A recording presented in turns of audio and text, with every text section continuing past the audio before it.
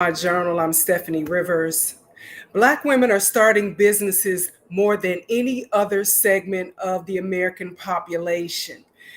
That's despite not getting venture capital investments, bank loans, or contracts comparable to what white business owners with the same experience and expertise are getting.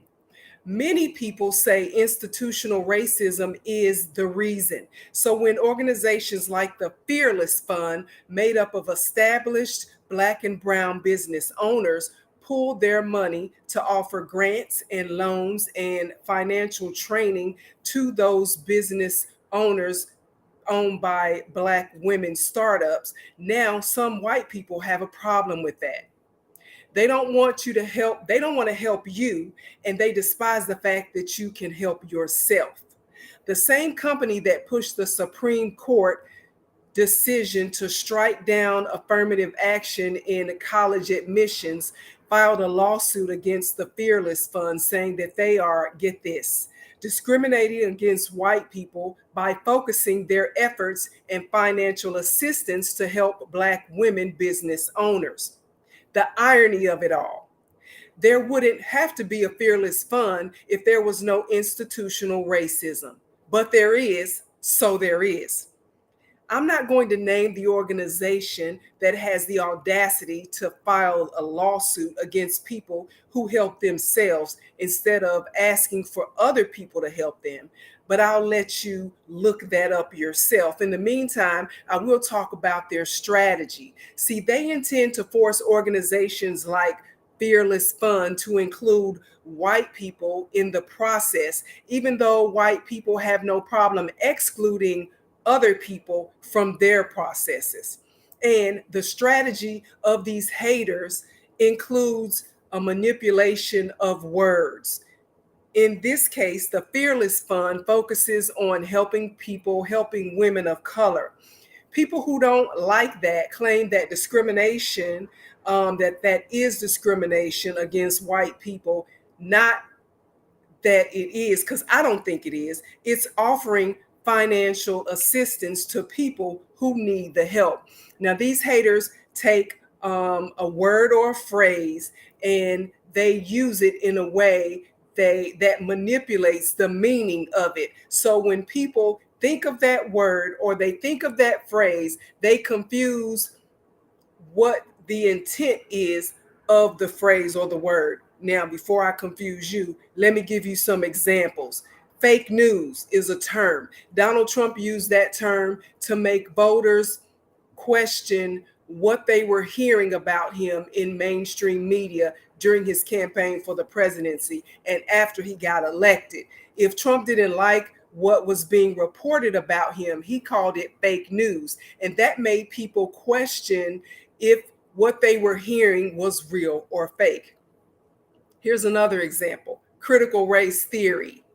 Critical race theory was a phrase used to describe institutional racism embedded in American society, from education to housing to healthcare to corporate America and in the criminal justice system. So even if you want to just learn about critical race theory, you're accused of being too woke. So they started to create the anti-woke legislation. Local school boards across the country and politicians like Florida Governor Ron DeSantis, they created the term anti-woke as a counterattack. And they started to create legislation to stop teachers from teaching about institutional racism in classrooms. So these are just a few examples. Now, I want to show you this recent edition of Mother Jones magazine. They talked about the strategy and how DeSantis has used it in Florida to attack teachers, to ban books, and to create an agenda that is destroying the constitutional rights of people in Florida. Now, recently, my company won a grant competition. We were one of 3 startup companies across the whole country out of 3,000 contenders to win the grant. The grant was awarded through the Famous Amos Cookie Company. And each year, Famous Amos awards 3 startup businesses grants, and this grant is offered through its Ingredients for Success grant competition for the same reason that organizations like Fearless Fund exist. They do it to nurture and mentor Black business owners in their quest to become self sufficient, to create jobs in their communities, and to usher them into the next phase of their growth. So, in addition to the grant money, we received an all expenses paid trip to Washington, D.C. So, I want to show you this is,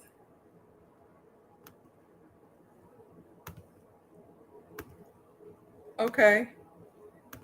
Let me see if I can bring it up. I want to show you the swag gift that I received and others received while we were in Washington, D.C. Okay, there you go. So it was about 75 of us. It included the 3 winners of this year, myself, the 2 other winners. It included the 3 winners since 2020. So that's, well, 2021. So let's say 9 winners and all the 10 finalists. So it's about 75 of us. And we all also mentors from across the country. So when we got to the hotel, we got the leather tote bag, we got the computer bag, we got an engraved cup, engraved cooler, and among other things, to help us, to welcome us to Washington, D.C. So just wanted to share that with you. I also want to share with you some other pictures of me during the event. This is that night, Saturday night last week. The Ingredients for Success is owned by Ferrero Cookie Food Company, and that was me with some of my signature jewelry on. So we had an awesome time, and it was an amazing weekend where we got to spend time networking and learning from successful people who already, either the judges were there, they either won previously in the event, or they are successful business owners. And so, in case you're not familiar with the Famous Amos story, Wally Amos was the founder, a Black man, of Famous Amos Cookies. He started his company in Los Angeles with a $25,000 monetary gift from the late, great Marvin Gaye in 1975.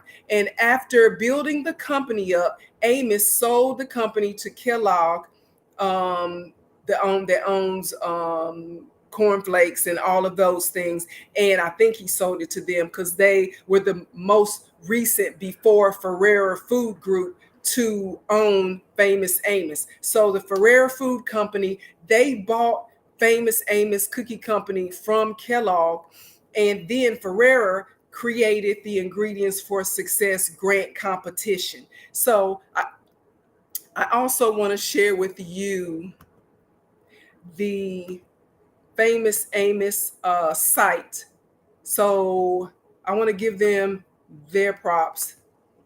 So that is it, famousamos.com, our cookies. And if you want to know more about the competition, this is the Ingredients for Success competition information.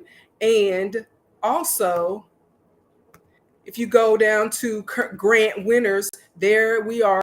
TCB Drones LLC, that's my company, and that is an old picture of myself with hair, and so and with more weight. But anyway, yes, we are one of the 3 grant winners. So if you want to know more about it, you can check that out later. But I wanted to bring this up and talk about this today because for me, the financial support and the recognition of knowing that I'm on the right track with my company and its growth is huge. And quite frankly, you don't get that from just mainstream, just being out there. the attention that some of us get as Black business owners is crickets from general society. And so it makes you wonder, are you on the right track? But of course, you have to be convicted in what you're doing, do your research, and know, just like one of the mentors said, it's not enough to know that it's a need out there for it, but you have to know if you're going about it the right way as far as the money and the attention that you're spending on getting your customers. There's a process to business, not just going into business and hoping that people will be your customer. You want to do what is proven to draw customers. And so again, it was a great opportunity to network with successful business owners and budding business owners. And that's what I was able to do last week. And so when it comes to companies like Famous Amos Cookie Company and Ingredients for Success grants, we need organizations like them as well as the Fearless Fund. We need this. So if you eat cookies and you know anybody who eats cookies and you buy cookies for your household, I want you to go and support Famous Amos because they are supporting us in our community. And so that's important that when we find companies that support and give back to our community, that we support them in our spending habits. And so if you like cookies, in fact, Famous Amos was listed as one of the best tasting cookies in the country in a recent study. And so, yeah, you wouldn't just be supporting them just because, you'd be supporting them because you eat cookies and they're good and they support the Black community. And that's what's up.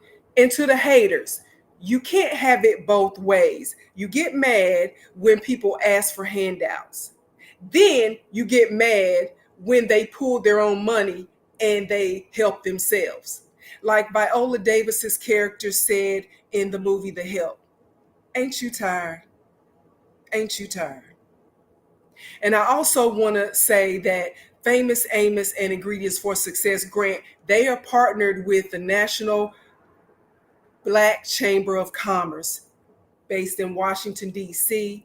And President Charles DeBow is doing great things with partnering up, whether it's with companies and organizations in the United States, as well as creating partnerships abroad in Africa and other countries. And so if you are a business owner and you are in a city that has a Black Chamber of Commerce, I would say it is in your best interest to collaborate and build partnerships. And that is a great place for you to start, with being a member of the local Black Chamber of Commerce in your area.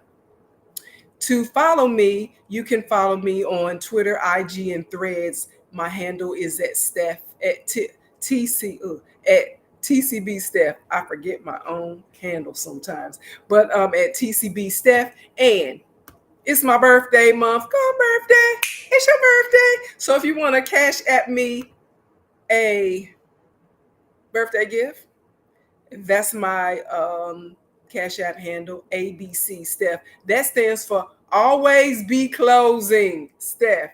If you're in sales, you already knew that. ABC, Always Be Closing. So to find out more about the things that I care about, you can go to the written version of my journal. It's at eurweb.com.